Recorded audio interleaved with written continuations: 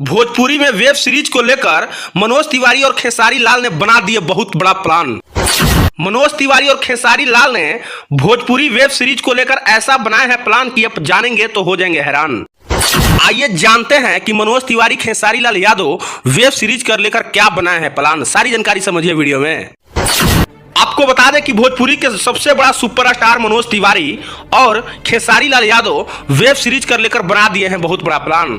अब क्या भोजपुरी में वेब सीरीज खेसारी लाल लेकर आने वाले हैं, क्योंकि ऐसा बना है प्लान कि आप जानेंगे तो हो जाएंगे हैरान। सारी जानकारी को बताएंगे डिटेल्स में, इसके लिए वीडियो को पूरा देखिएगा।